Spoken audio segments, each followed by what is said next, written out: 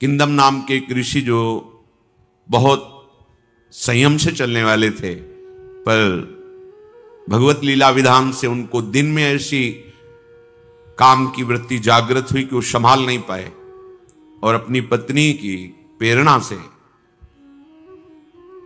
मृग रूप धारण किया। क्योंकि दिन में काम भोग करना निषेध किया गया है शास्त्र में, उसे पापाचरण माना गया है। तो ऐसी गलती ना हो जाए इसलिए उन्होंने मृग रूप धारण किया कि पशु के ऊपर कोई शास्त्र सिद्धांत नहीं। इतने महान तपस्वी कि वो अपने स्वरूप को छिपाकर मृग रूप धारण कर लिया, पर उस काम पर विजय प्राप्त नहीं की। परिणाम यह हुआ कि मृग और मृगी के रूप में महाराज पांडु ने देखा इतना तेजस्वी मृग तो हमने देखा ही नहीं, इसकी मृगशाला तो बहुत सुंदर बनेगी। 5 बाणों से बीन दिया। तब किंदम ऋषि ने कहा कि तुमने भारी अपराध कर दिया, मैं शाप देता हूं, जब तुम अपनी स्त्री में कामासक्त होगे उसी समय तुम्हारी मृत्यु हो जाएगी। इस शाप से मानो दग्ध हो गए महाराज पांडु।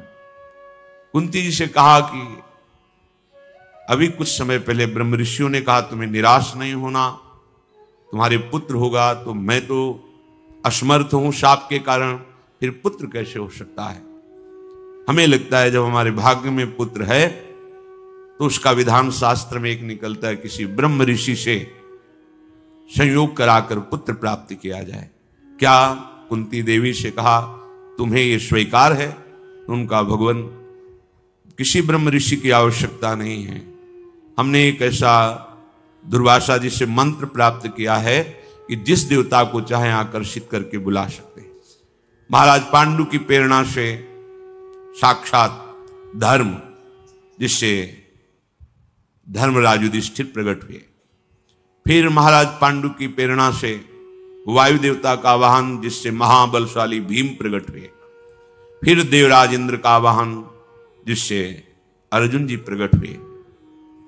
फिर कुंती से कहा तो कुंती ने कहा बस महाराज, शास्त्र विधान इतना ही है, आगे एक शब्द भी आप नहीं बोलना।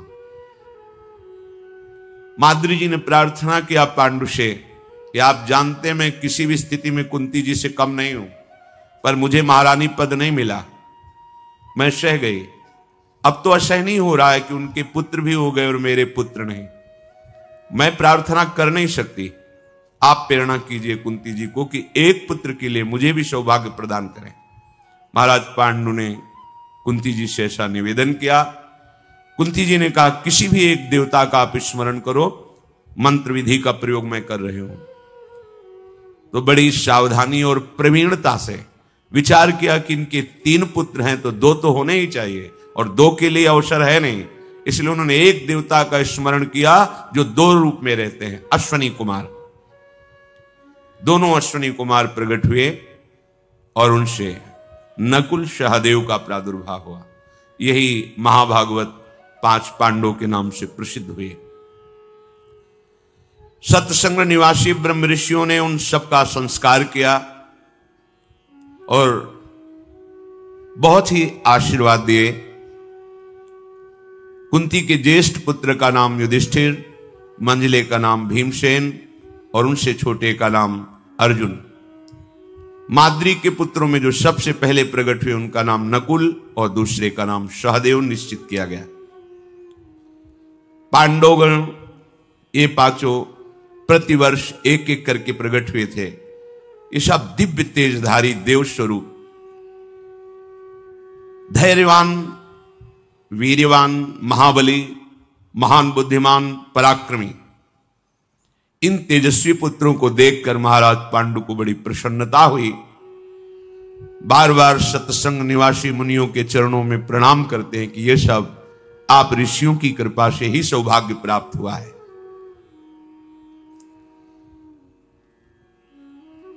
कुंती जी समान वात्सल्य वाली थी। समान वात्सल्य, माद्री जी के पुत्रों में और अपने पुत्रों में किंचित भेद ना रखना और समान दुलार करना। माद्री जी के हृदय में थोड़ा सा जो होता है वो एक थोड़ा सा था कि मैं किसी बात में कमी मेरे में नहीं है, फिर भी विशेष सम्मान कुंती का और अपने पुत्रों के प्रति ज्यादा लगाव वो होता है। लेकिन कुंती जी महाभागवत हैं, कभी उनके मन में ऐसा भाव नहीं। सत्संग निवासी तपस्वी मुनि पांडु के पुत्रों को, जो पांडव कहलाए, मंत्रों द्वारा सुरक्षित कर दिया कि बालक हैं, कोई भी यक्ष राक्षस भूत पिशाच सिंह आदि इनको कहीं भी कोई क्षति न पहुंचा दे। ये महान तपस्वी जन जिसकी रक्षा करते उसका कौन बाल बांका कर सकता। अभी नवजात शिशु हैं, कहीं कोई जानवर आक्रमण न कर दे, कहीं कोई राक्षसी माया आक्रमण न कर दे, इसलिए मंत्रों से सुरक्षित कर दिया। द्वारिका में वसुदेव जी की ये बहन है कुंती जी, वहां बैठकर विचार हुआ जब गुप्तचरों ने बताया कि किंदम ऋषि का शाप महाराज पांडु को प्राप्त हो गया है और वो सत्संग पर्वत पर एक वानप्रस्थी की तरह तपस्वी की तरह रहकर जीवन व्यतीत करते हैं, शाक मूल फल पाते हैं, ब्रह्मचर्य से रहते हैं, सदैव तपस्या परायण हैं। जब इस प्रकार वहां वार्ता हो ही रही थी कि दूसरे गुप्तचर ने बताया कि 5 महान बलि पुत्र उनके प्रकट हुए। आश्चर्य हो गया कि जब शाप है तो पुत्र कैसे? तो गुप्तचरों ने पूरा विवरण रखा कि दिव्य देवताओं के द्वारा ब्रह्म ऋषियों के बीच में इन 5 पुत्रों का धर्म शास्त्र के अनुसार प्रादुर्भाव हुआ है। महायशस्वी वसुदेव जी ने कहा कि हम विचार ही कर रहे थे कि जो ऐसे धर्मात्मा है, तपस्वी हैं, वो ऐसे दुख संकट में कैसे फंस सकते हैं कि उनके कोई संतान ही ना हो, सिंहासन पर आरूढ़ होने के लिए कोई राजकुमार ही ना हो। अच्छा हुआ पांडु जी का प्रिय हुआ, ऋषियों की कृपा हुई, बहुत से विद्वान ब्राह्मणों को वसुदेव जी ने सत्संग पर्वत पर भेजा, वस्त्र आभूषण, बहुत सी भोजन सामग्री, और कहा कि आप जाकर के उनके संस्कार कीजिए उनके कुल के अनुरूप।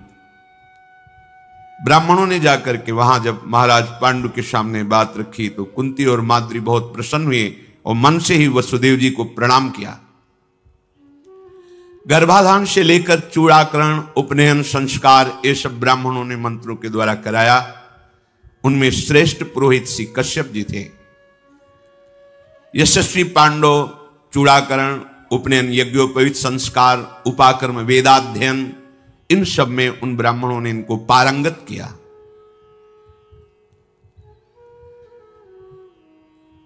जैसे जल में कमल बढ़ता है वैसे ही ऋषियों के बीच में ये 5 बालक बड़े होने लगे। महान वन में रमणी पर्वत शिखर पर महाराज पांडु अपने पुत्रों को देख देखकर बहुत आनंदित होते, क्योंकि अत्यंत तेजस्वी, सद्गुण से संपन्न और महाबलशाली। अर्जुन जी के 14वें वर्ष का उत्सव हो रहा था, धीरे धीरे बालक के बड़े हुए। उधर उत्सव में बहुत से ब्रह्म ऋषि ब्राह्मण पधारे थे, तो उनकी सेवा में कुंती जी रत थी, क्योंकि पूर्वाभ्यास संत सेवा का है, और असावधान हो गई। महाराज पांडु कुंती की दृष्टि से सुरक्षित रहते थे। वो सदैव माद्री पर दृष्टि रखती और कहती थी कभी महाराज के समीप मत जाना, क्योंकि शाप है, कहीं कोई ऐसी गलती ना हो जाए जिससे महाराज पांडु को खो दें। तो सदैव पांडु पर दृष्टि और माद्री पर रखती थी। महान संत हैं कुंती जी, भगवान के भक्तों में अग्रणी हैं, बड़ी धैर्यवान है। चूक हो गई, वो ब्राह्मणों की सेवा में इधर महाराज पांडु वन में भ्रमण करने के लिए निकले तो स्वाभाविक माद्री जी भी पीछे चल गई। यद्यपि नहीं जाना चाहिए था, पर प्रारब्ध बलवान होता है। जैसी हो भवतव्यता तैसी बने सहाय, आप ना आवे ताहि पे ताहि तहां ले जाए। पीछे मुड़ के देखा माद्री आ रहे। आज का देखना कुछ अलग हो गया। देखते ही ऐसा लगा मानो ऐसी सुंदरी को तो हमने कभी देखा ही नहीं। बलपूर्वक दौड़े और माद्री जी को पकड़, माद्री जी चिल्लाने लगी, महाराज पांडु सावधान, आप शापित हैं, कोई ऐसी चेष्टा मत कर देना जिससे हम आपको खो दें। पर इतनी वृत्ति प्रारब्ध से प्रेरित हो गई कि वो कहने पर भी बार बार वो सावधान नहीं हुए और बलपूर्वक माद्री को पकड़ लिया।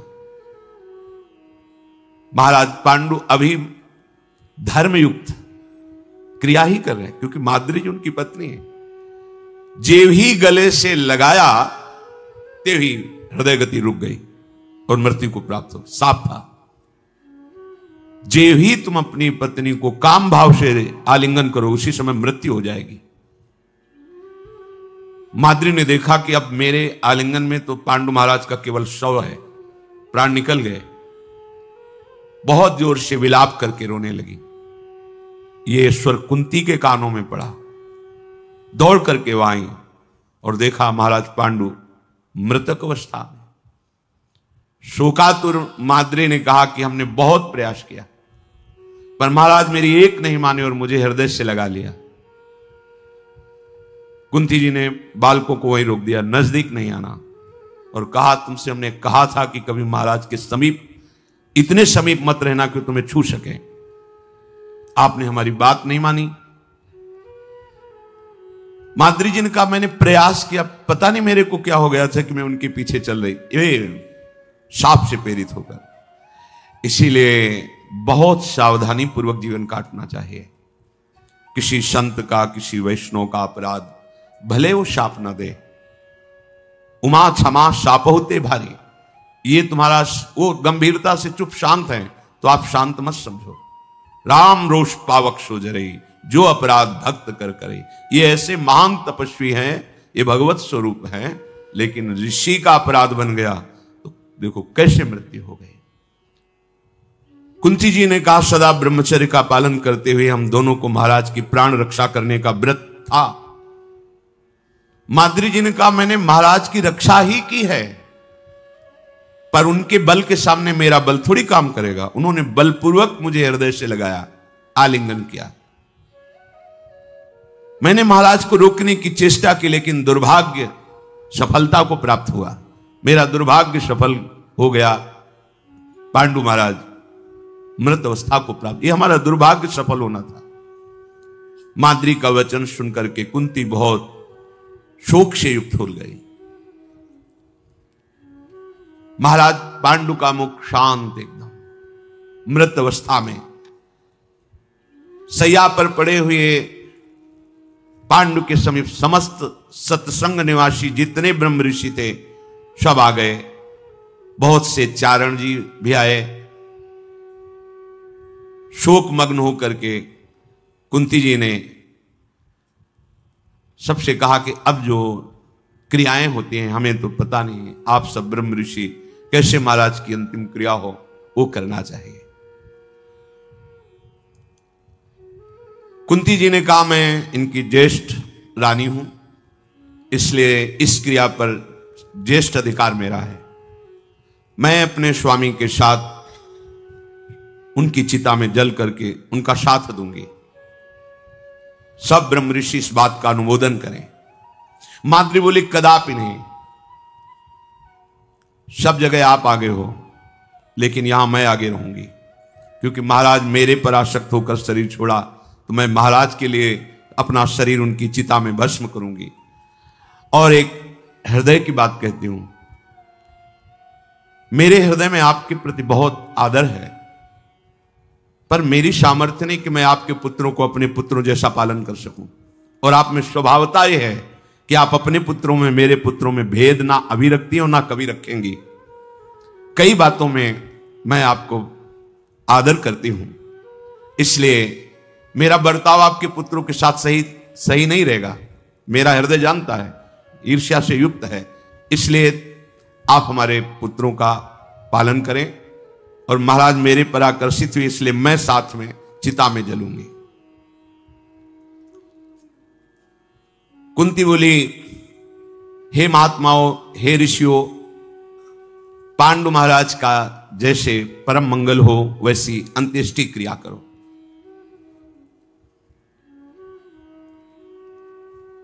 मैं पांडु महाराज के पुत्रों का जब तक शरीर में श्वास रहेगी पांचों का धैर्य पूर्वक पालन करूंगी, हर विपत्ति सहूंगी इनको दुख से बचाऊंगी। ऋषियों ने सुंदर सुंदर चंदन आदि की लकड़ी एकत्रित करके नरश्रेष्ठ पांडु के शव को चिता पर विराजमान किया। माद्री जी गोद में अपने पति के शव को लेकर चिता पे बैठ गई। कितनी सामर्थ्य है इन महान सतियों में। चिता में आग लगाई गई और पति के शव के साथ जीवित शरीर को भस्म कर दिया माद्री जी ने।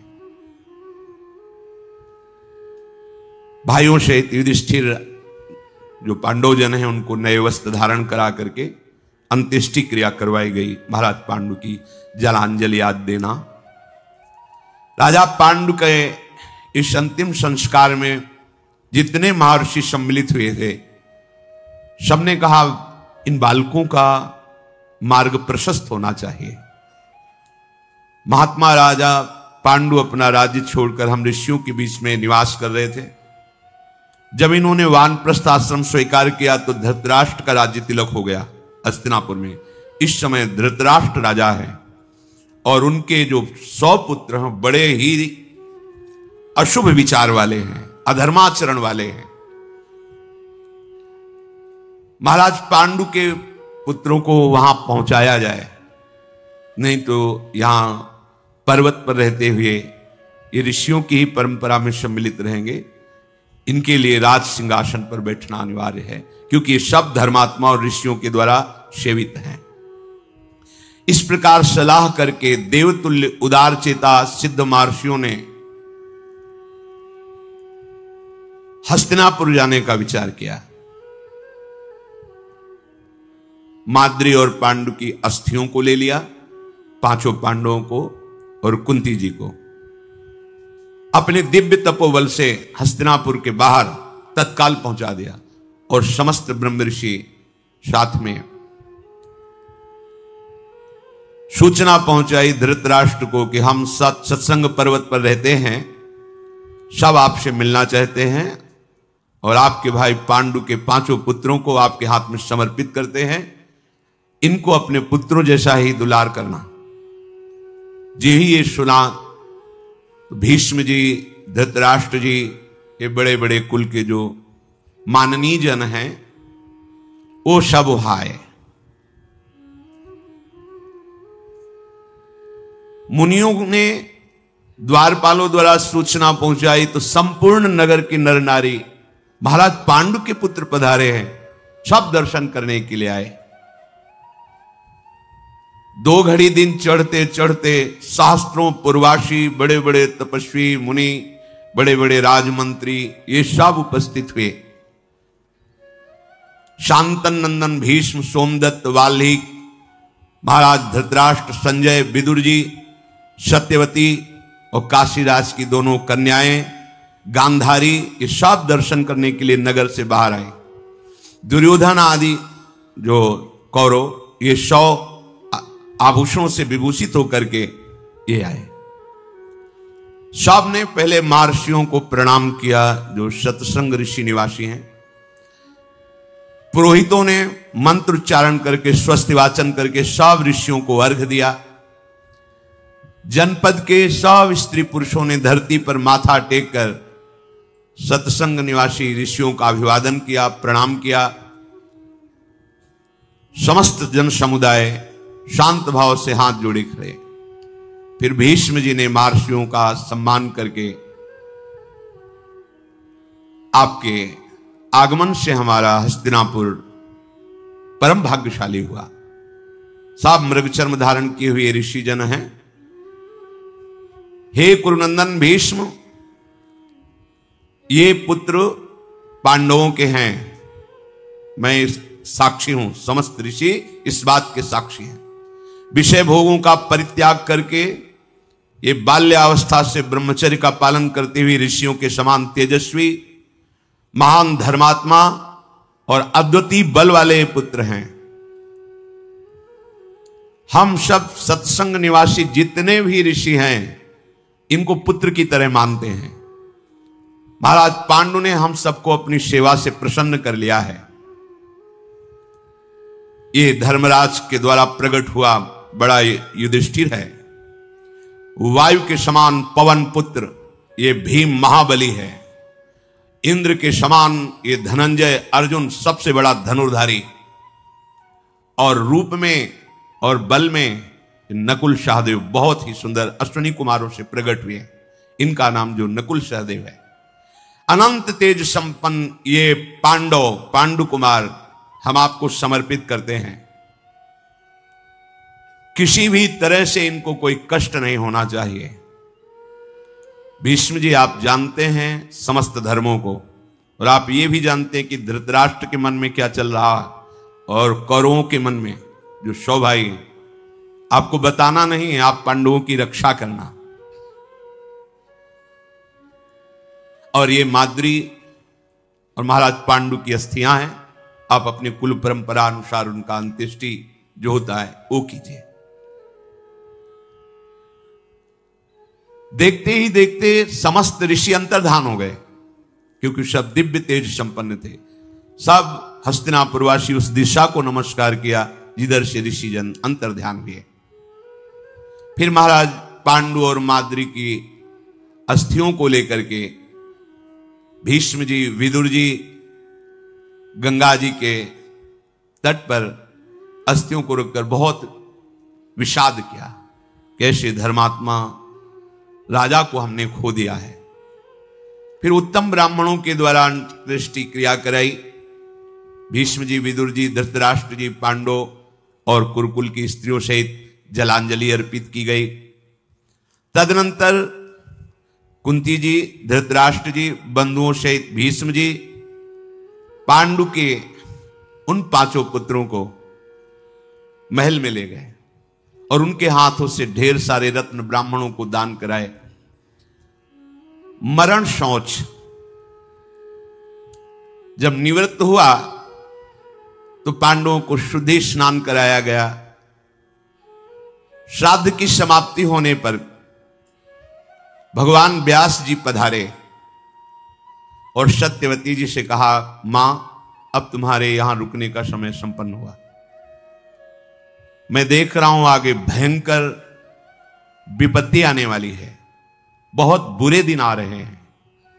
ऐसा भयंकर समय आएगा कि आप देख नहीं पाएंगे। छल कपट का बोलबाला होगा, इसलिए विपत्ति पर विपत्ति आएगी। जहां छल कपट होता है वहां विपत्तियों का तारतम्य लग जाता है। ये दुर्योधन महान अन्यायी है। अब तुम यहां से चलो, हस्तिनापुर में तुम्हें नहीं रहना। सत्यवती जी भगवान व्यासदेव जी की मां है, और मैं जो तुम्हें उपदेश करूं उसके अनुसार जीवन समाप्त करो। भगवान व्यासदेव जी ने योग वृत्ति का उपदेश किया, चित्त वृत्ति का निरोध करके परमात्मा में अपनी वृत्ति को लगा देना। मैं ये नहीं चाहता कि जिस कुल को तुमने सजाया है तुम्हारे सामने विनाश हो और तुम उसे देखकर दुखी हो। और ये अंबिके, तुम्हारा पौत्र महान अन्यायी होगा, इसलिए तुम भी नहीं देख पाओगी। हमारी मां सत्यवती के साथ चलो, पुत्र शोक से तुम्हें पीड़ित नहीं होना है, चलो। बड़ा भगवान का कृपा प्रसाद होता है कि जिस घर में कोई महाभागवत हो वो सब बना देता है। फिर तो भगवान व्यासदेव जी हैं, अंबिका जी और सत्यवती को साथ लेकर के एकांत जंगल में भगवान व्यासदेव जी ने तपस्या की पद्धति और चित्तवृत्ति कैसे परमात्मा में लगाई जाती है ये उपदेश किया। कुछ समय में ही योगाग्नि से उन दोनों का शरीर भस्म हुआ और वो भगवत धाम को प्राप्त हुई।